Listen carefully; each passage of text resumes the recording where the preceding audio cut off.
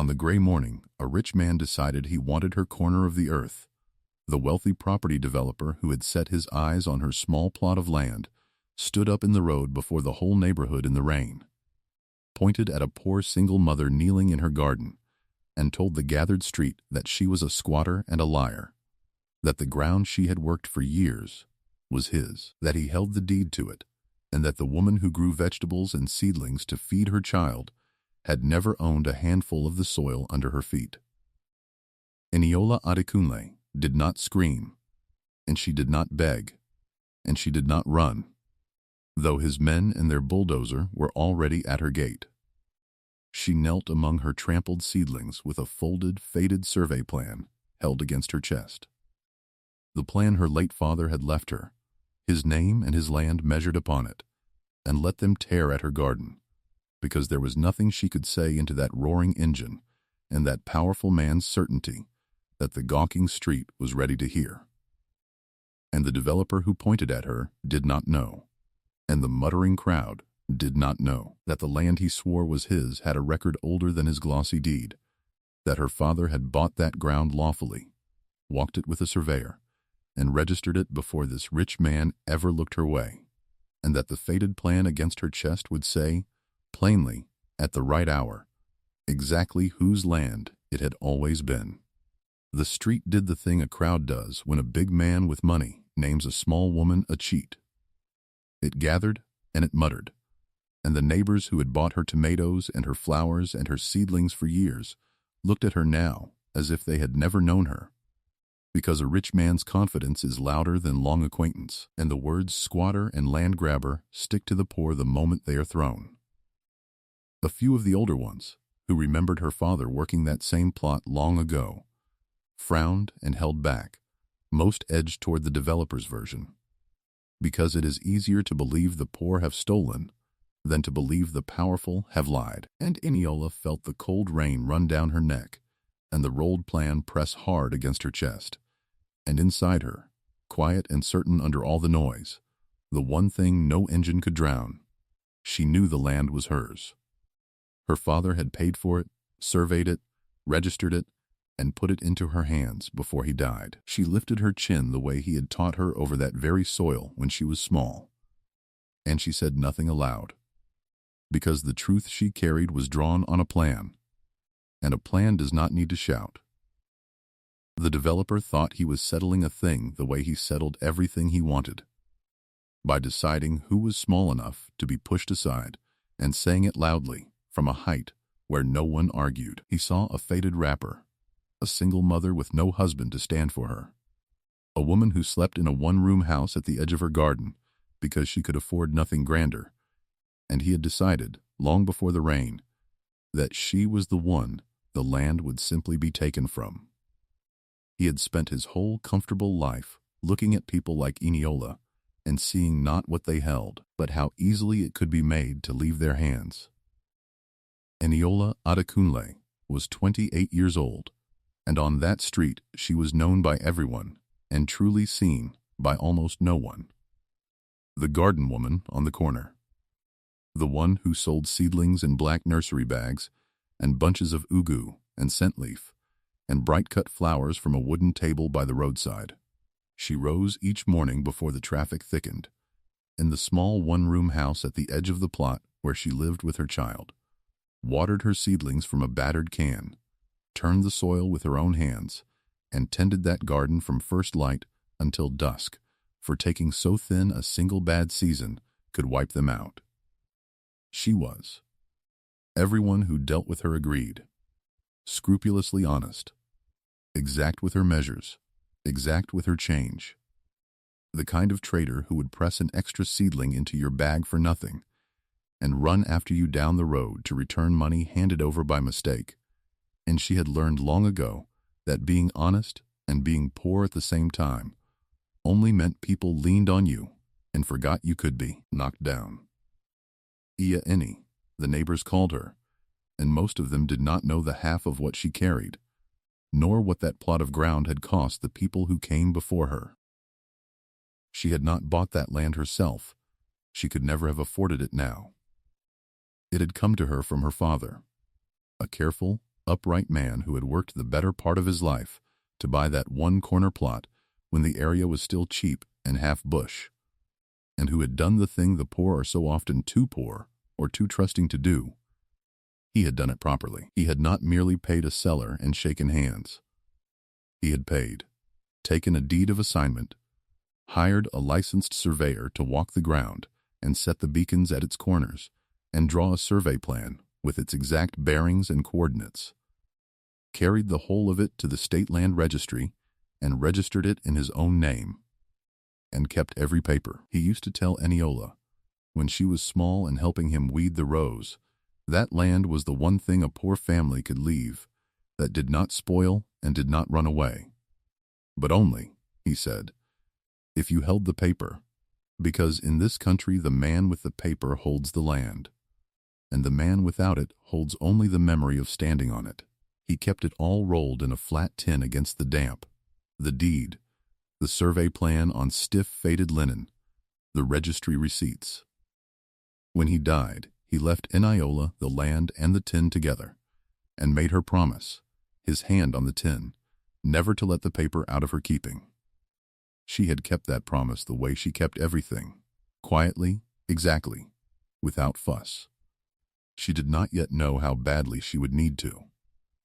The thing every lean day and every careful row of seedlings was for was the child who slept in the one-room house at the edge of the garden. Eniola was alone in raising the child. The child's father had gone, and she did not spend her thin strength being bitter over a man who had chosen not to stay.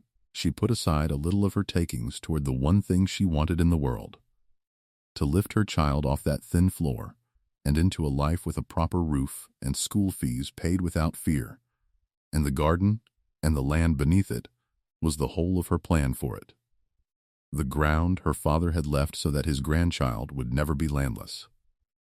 At night, when the road was quiet and her child slept, she would sit by a small lamp with her father's tin open on her knees and look at the faded survey plan in his careful hand, and feel that as long as she held it, she held a piece of solid ground for her child to stand on in a world that gave the poor very little to stand on at all.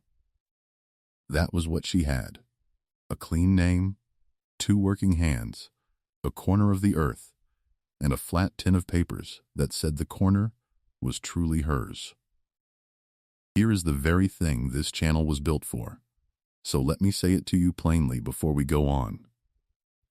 If you have ever held something honestly, earned it, or been left it by someone who worked their life for it, and watched a powerful person simply decide it should be theirs, and dress the taking up as if you were the thief for holding what was already yours, then you already belong here with us, under the Baobab. Take one moment to subscribe to Baobab Tales, because the quiet, careful, overlooked people who hold their little ground honestly and get called liars the moment a rich man wants it are exactly the ones these stories are told for.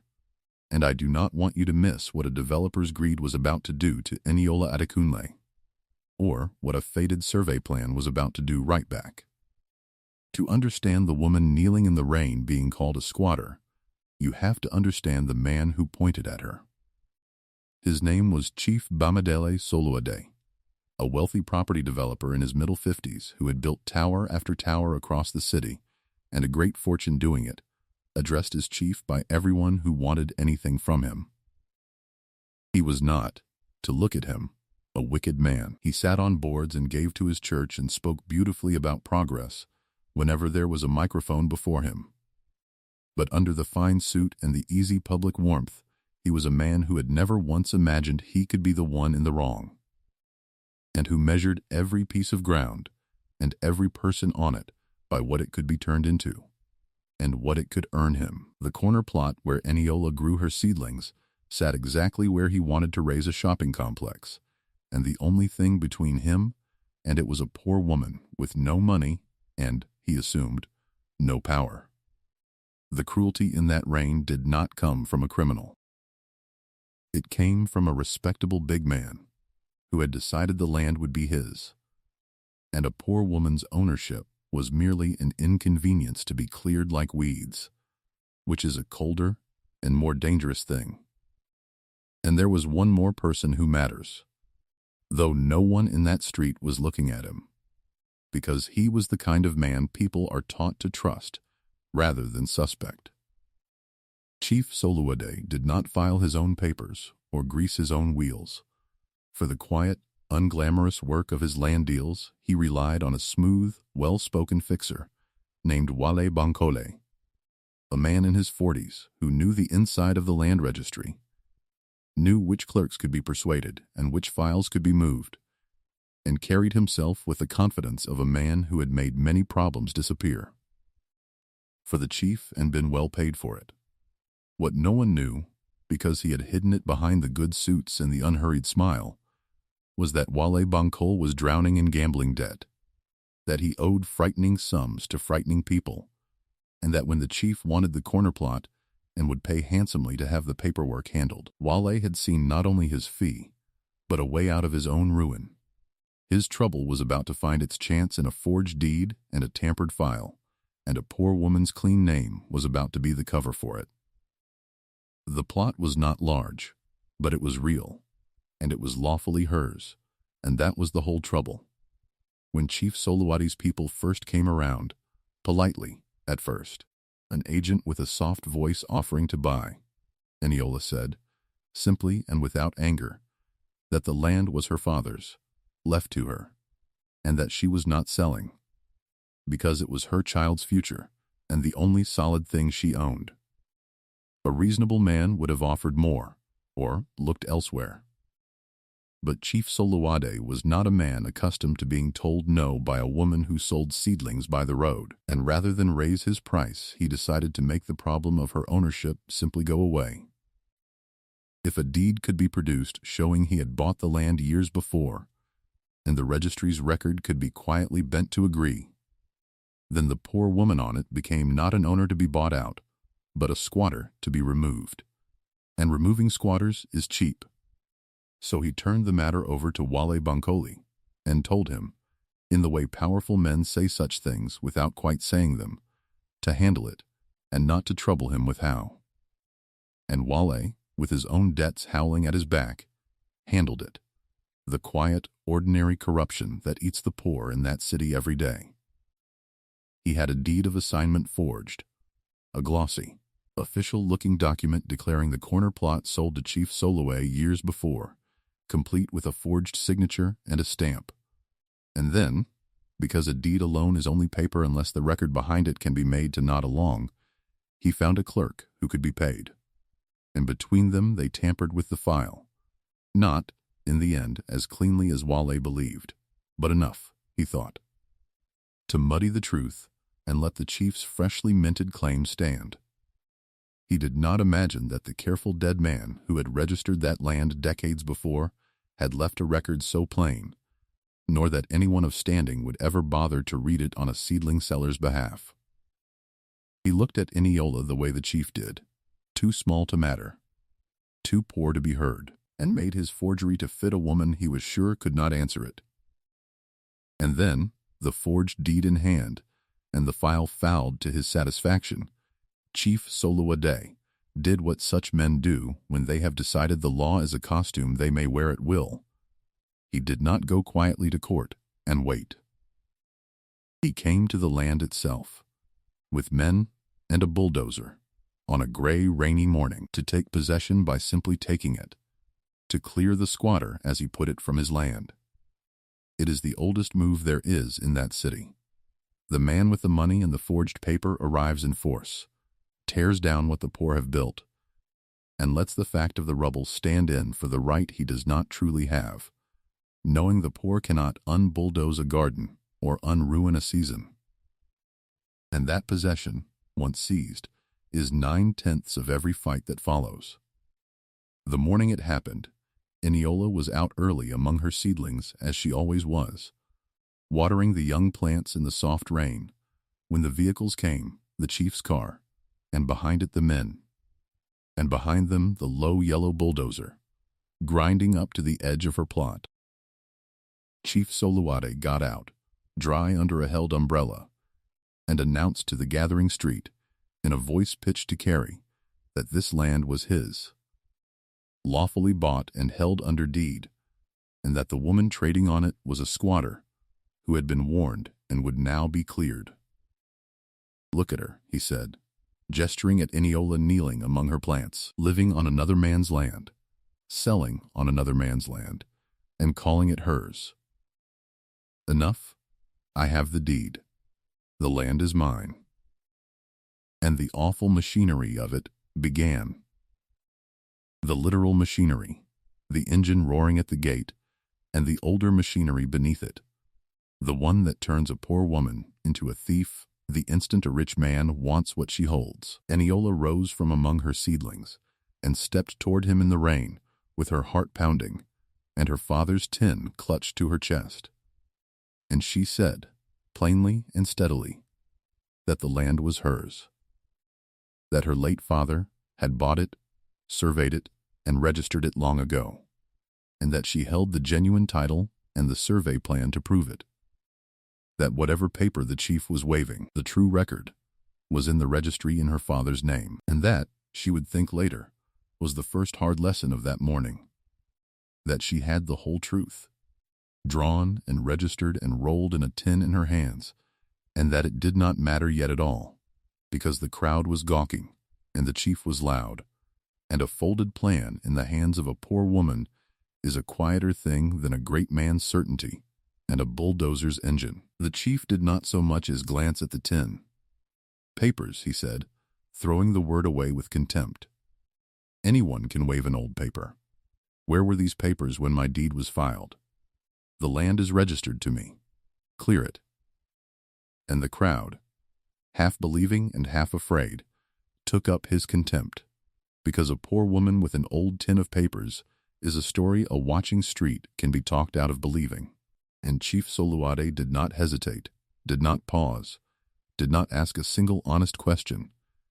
He had his answer, and his answer gave him the land, and that was all he required of the truth.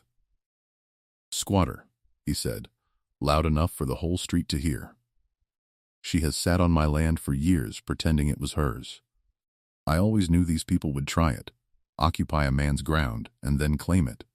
He turned and performed his outrage, telling the street how patient he had been, how he had warned her, how the law was on his side.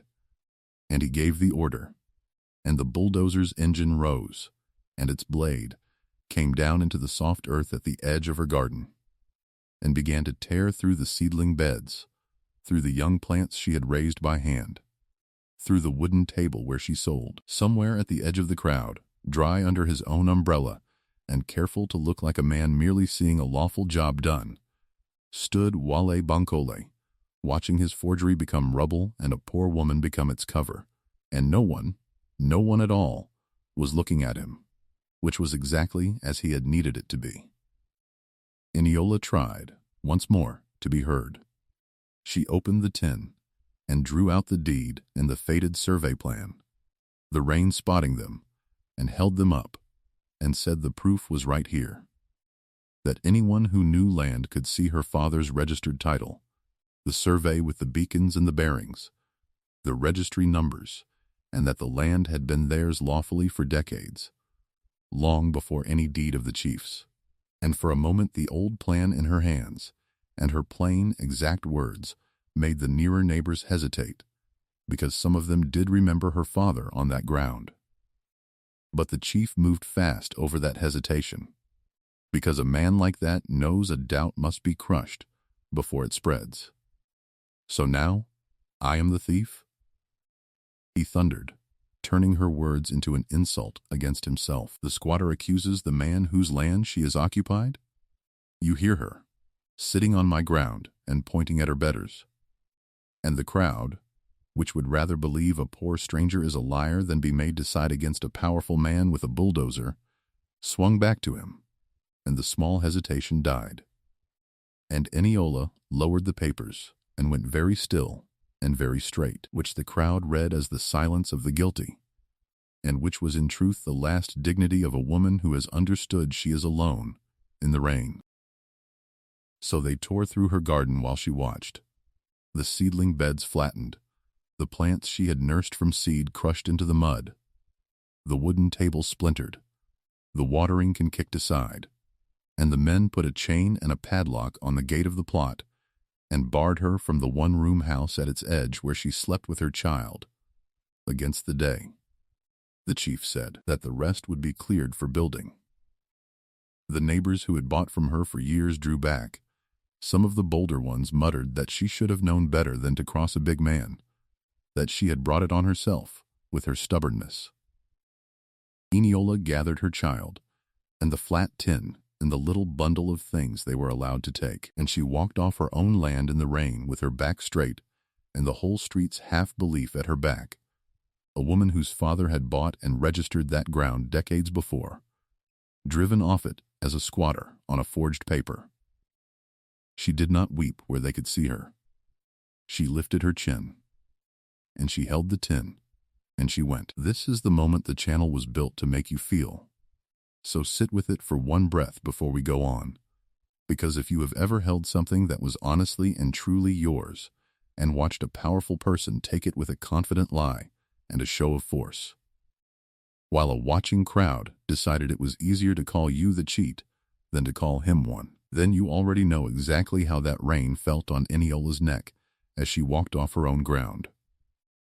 If you've made it this far into Eniola's story, hit subscribe, because what happens next is the part I've been waiting to tell you.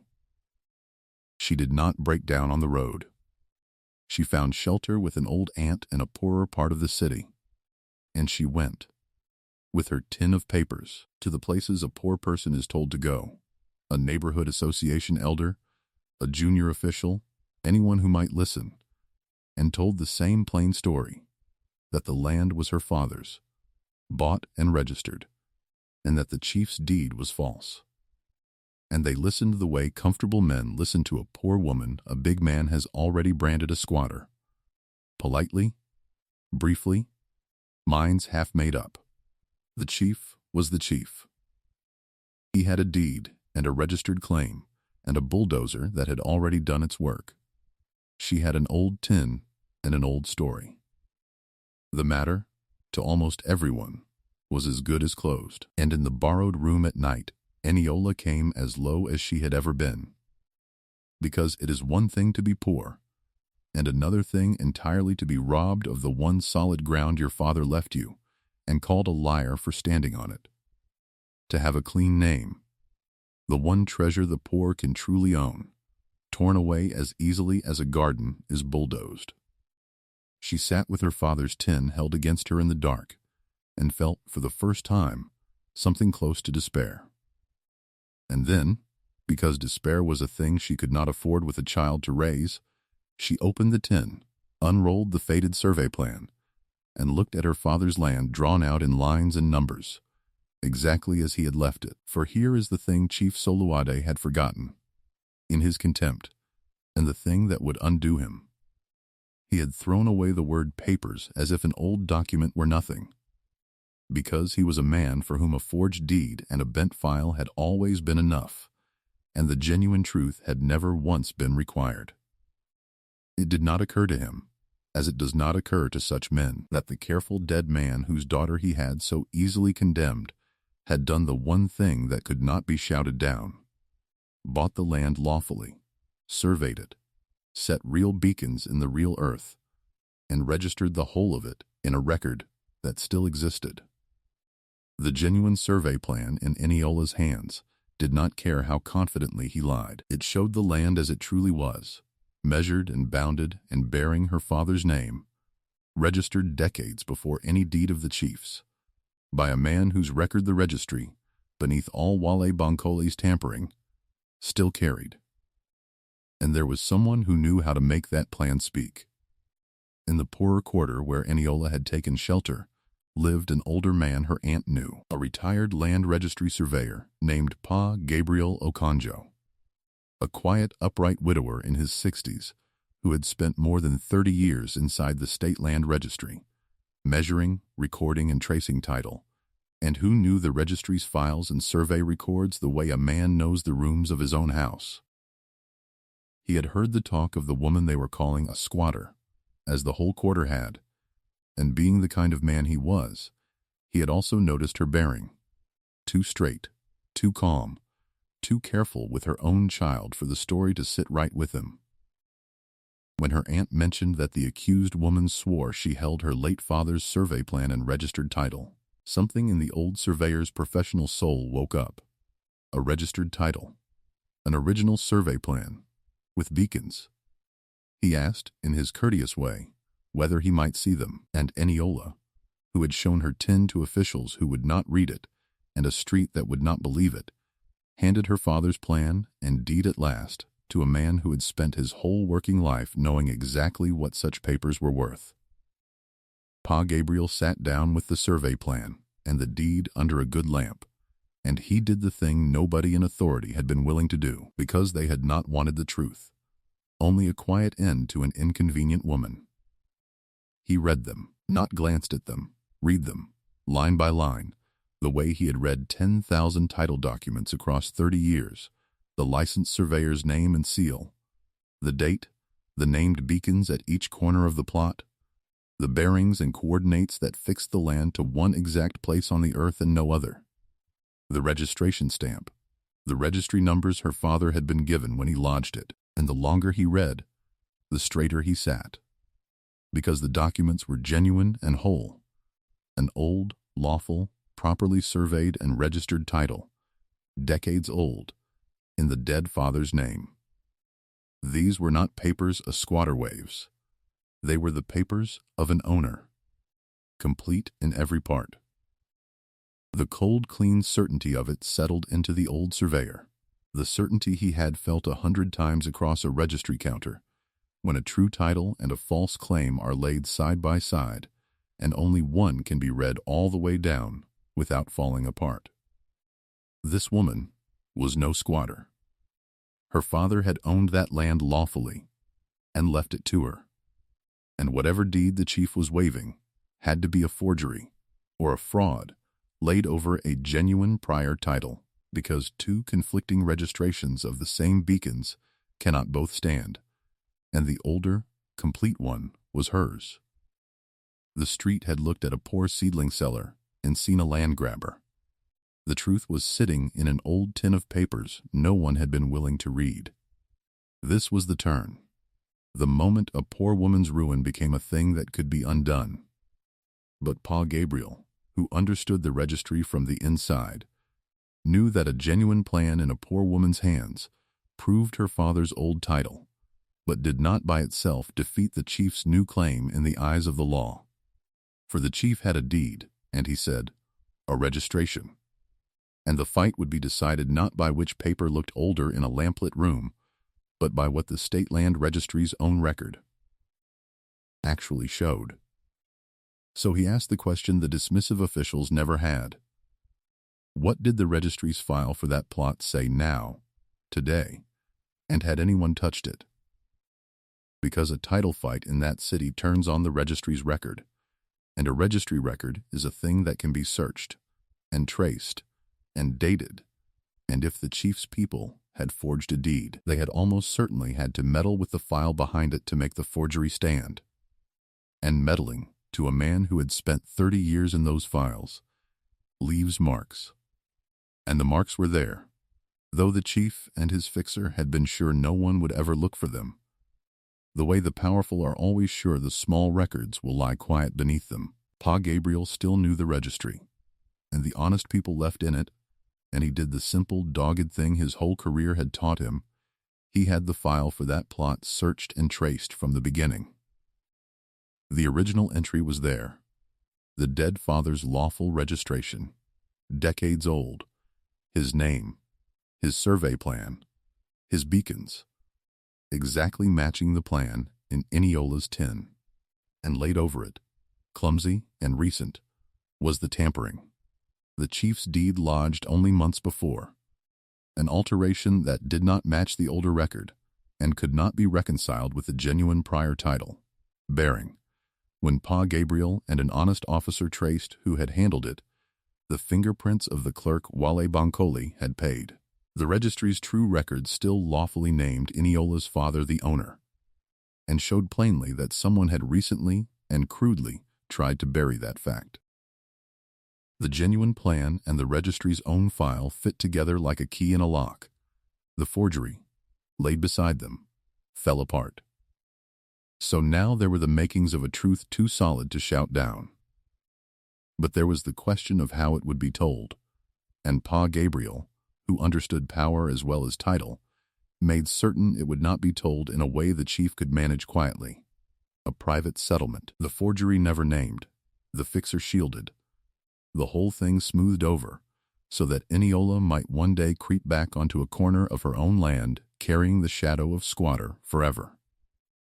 He had seen that ending, and he would not have it here.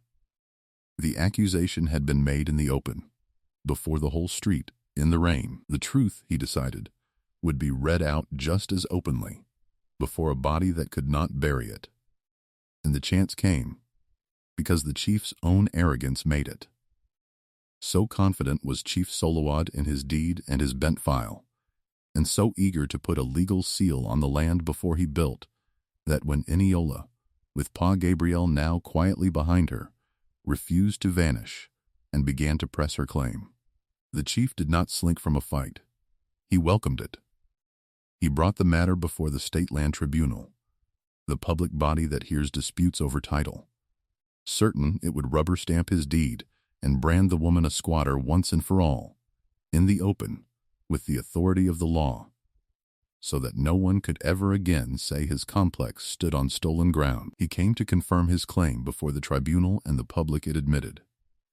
He did not know that the hearing he had called to crush Eniola was about to become the room in which his own forgery was opened, nor that Eniola herself, with the old surveyor beside her and her father's genuine plan, and the registry's true record in hand, would be standing in that room to face the man who had driven her off her land.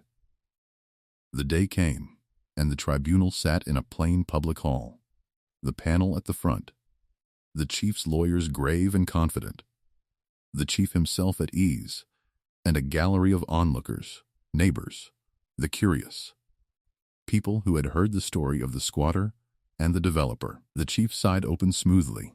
Here was the deed of assignment. Here was the registration. Here was a developer of standing whose land a stubborn woman had occupied and now had the gall to claim.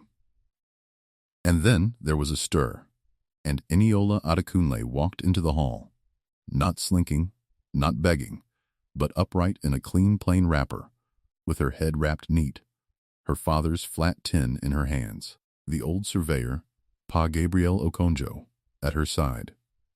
A murmur went up that the squatter had come, and the chief was almost amused. And it was then that Pa Gabriel asked the panel, in the courteous, unhurried voice of a man who has traced title for 30 years and has all the proof he needs, whether the tribunal would permit a retired registry surveyor to lay before it the genuine survey plan and the registry's own record for the disputed plot, because, he said, the land had a true history, and the record had something to say that the deed before them did not. The panel, bound to examine the title properly, allowed it over the protests of the chief's lawyers, and Pa Gabriel opened the faded survey plan where the whole hall could see, and began, plainly, patiently, beacon by beacon. He showed the licensed surveyor's seal, and the date, decades old. He read out the named beacons at each corner of the plot, and the bearings and coordinates that fixed it to that one exact place on the earth. He showed the deed of assignment in the father's name and the original registration numbers. And then he laid beside it the certified record he had drawn from the State Land Registry's own file, and he showed the panel that the registry's true. Dated record carried that very title, the same beacons, the same coordinates, the same name, registered decades before, and that it had never been lawfully extinguished. The land, he said, had been bought, surveyed, and registered by this woman's late father long ago, and the registry's own record still named that family the owner.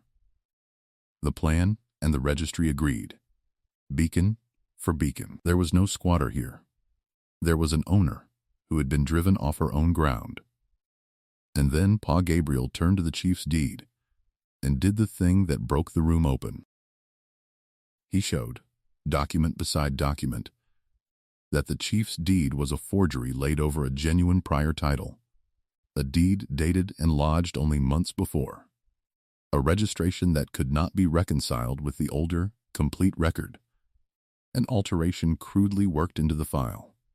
And he had traced, with an honest officer of the registry now, ready to confirm it, exactly how and by whose hand the file had been meddled with, the clerk who had been paid, and behind the clerk, the man who had paid him and brought in the forged deed, the chief's own fixer, Wale Bankole. He named the alteration, the date, the paid clerk, the fixer. The hall made a sound like a single indrawn breath, and every face in it turned. Slowly, from the poor woman they had thought a squatter to the chief at the front of the hall, and to the smooth fixer beside his lawyers who had gone the color of ash. Chief Soluad tried. Of course, they always try. He blustered that the old plan was a fake, that the woman had forged it to steal his land, that this was a squatter's trick, that no one would take the word of a retired clerk over a registered deed and a chief. But the words had no ground to stand on, because the tribunal had just been shown the registry's own certified record agreeing beacon for beacon with the woman's plan, and decades older than his deed, and had just heard, traced and named, exactly how his fixer had forged the claim and bought the file. The contempt the chief had used to crush Eniola in the rain had simply changed direction and turned back on his house. And under the weight of all those turning faces, and the genuine record that fit the genuine plan like a lock and its key, the fixer broke. Wale Bankole, cornered before the tribunal, his unhurried smile gone, confessed it in a rush. The gambling debts he had hidden, the dangerous men he owed, the deed he had forged, and the clerk he had paid to foul the file because the chief wanted the land and would pay handsomely to have it handled, and the poor woman he had let them brand a squatter because, he said, and the hall flinched to hear it. No one would ever question the chief, and everyone was so ready to believe the worst of her. And it was then that Eniola spoke, for the first time, into the silence. She did not shout, and she did not weep, and she did not point. She said, simply, that she had told them the truth in the rain, that the land was her father's, bought and surveyed and registered, and that she had held the true papers all along and never claimed a handful of ground that was not hers, and that not one of them had been willing to hear it, because it had been easier to believe a poor woman was a squatter than to read the record that would have proved her an owner. She turned to Chief Soluadi, who could not meet her eyes, and said that he had called her a squatter from a height where no one argued, to take ground that was never his, and that a whole street that remembered her father on that land had believed him over their own eyes, and that the only thing that had saved her was the papers they refused to read and an old man willing to read them. She said it without bitterness, which was the hardest thing of all, and it landed in that hall harder than any curse could have. The justice, when it came hard, because the proof was beyond denial, and the people who would normally have buried it had been caught in the open. Forgery of a land document and the fraudulent seizure of another's property are crimes, and with the genuine title proven, the registry's record certified, the tampering traced, the clerk named, and the fixer's own confession heard by the whole tribunal, it went where it had to go. Wale Bankole was handed to the police and charged with forgery, with conspiracy to defraud, and with the false and forcible eviction that had driven an innocent woman off her lawful land, the deliberate ruin of a person who had done nothing, which the law does not treat lightly once it is laid out plainly with records and names. The paid clerk was exposed and charged beside him. The gambling debts Wale had hidden came into the open, and the smooth fixer who had thought himself far too well placed to ever be caught was taken away. The law's weight falling at last where it belonged, and Chief Bamidele Soluade did not escape it either, though his ruin was of a slower kind. He had built his whole standing on being the chief, the big man of progress whose deals were not to be questioned, and he had used a forged deed and a bulldozer to brand an innocent woman a squatter and seize her father's land, and had been proven wrong, publicly and catastrophically, before a tribunal of the law. He had not forged the deed with his own hand, but he had wanted the land and ordered it handled and asked no honest question of how. The tribunal found his claim a fraud, voided his deed, restored the title to Eniola, and ordered him to make good every naira of the damage: the ruined garden, the lost season, the seized house, from his own pocket and his fixer's seized assets. His shopping complex deal, built on ground that was never his, collapsed. The investors and partners who had flocked to him drew back from a man whose land had been proven stolen, and his standing, which had seemed unshakable, cracked and did not mend. He had spent his power trying to take a poor woman's only ground, and he lost the land, the deal, and the name, and did not get any of them back. Eniola did not gloat. She stood in the middle of that hall with her father's tin in her hands, and let the silence be the verdict it was, having asked for nothing but the truth she had told from the first. Because a clean name and a lawful claim, she understood now more deeply than ever, are things the poor can truly hold against the powerful, so long as somewhere, someone, is willing to read the record instead of shouting what is convenient to believe. It did not all knit back together in a single afternoon. These things never do. But it came, and it came fully. Eniola was cleared completely, the brand of squatter lifted from her before the tribunal and the public that had believed it. Her title confirmed in law and the truth of her ownership made as plain as the lie had been. The chain came off her gate, and the plot was restored to her, and the damages, drawn from the chief's pocket and his fixer's assets, paid to rebuild what the bulldozer had torn down. The neighbors who had drawn back from her, who had muttered that she should have known better, came one by one, shamefaced, to beg her pardon.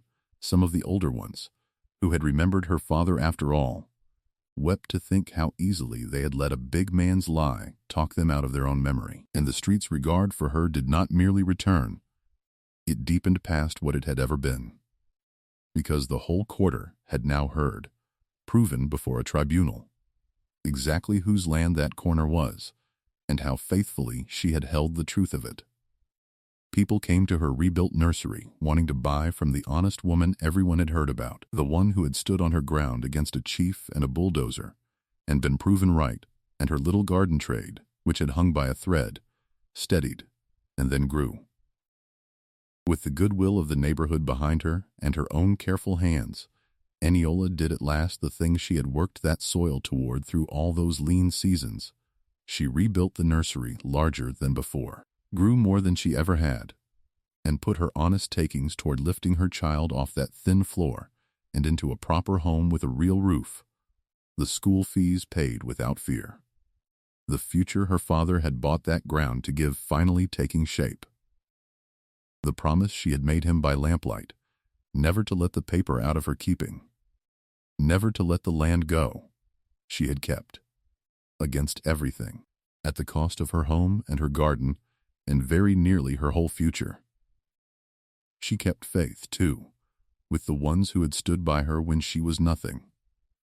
Most of all, with Pa Gabriel Okonjo, who had owed her nothing, and risked the chief's anger to do the simple, rare thing of reading the truth, and tracing it, and telling it. And she did a thing that set right something larger than herself. She knew, because she had lived it, how easily the careful poor are stripped of the little ground they hold, how a family can buy and register land honestly and still have it forged out from under them the moment a rich man wants it, because they do not know how to defend the record they hold. So with Pa Gabriel's guidance she began, quietly, to help other poor landholders in the quarter, people sitting on family ground bought long ago, holding old papers they did not fully understand or had let lapse, to search their titles, confirm their registrations, and hold their plans safe, so that no poor family in that place could ever again be branded squatters on their own father's land by a powerful man's forged paper, simply because they had not known how to make the true record speak. There was an evening, months after, the day's work in the nursery done, and her child asleep at last under a proper roof, when Eniola sat by a good lamp and opened her father's flat tin and unrolled the faded survey plan she had carried off that land in the rain. The same plan a powerful man had sworn was worthless. The same plan that had spoken when she could not. And she did not feel afraid this time, and she was not bitter this time. She looked at the lines and the named beacons, and her father's land drawn out exactly as he had left it, and she understood that the plan had been the truth of her family all along, that under the faded wrapper and through every cruel word, what that corner of ground truly was had never changed, lawfully bought, honestly held, her father's gift to her child. And no forged deed thrown down from a height had ever been able to make that untrue.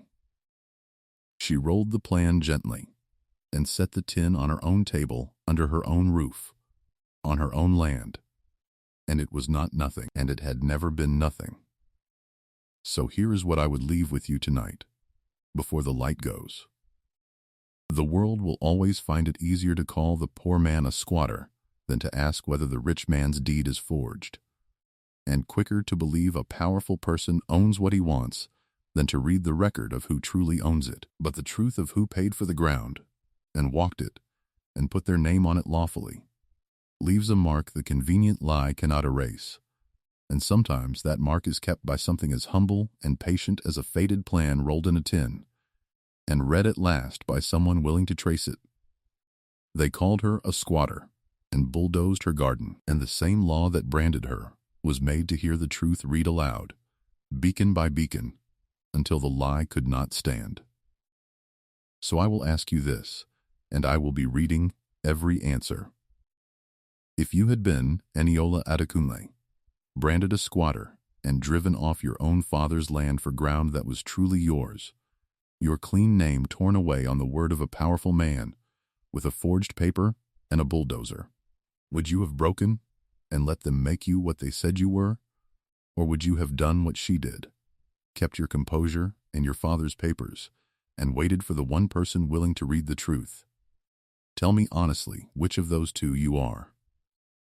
And so the fire burns low under the old Baobab tree. Stay a while and tell me in the comments where you watched from.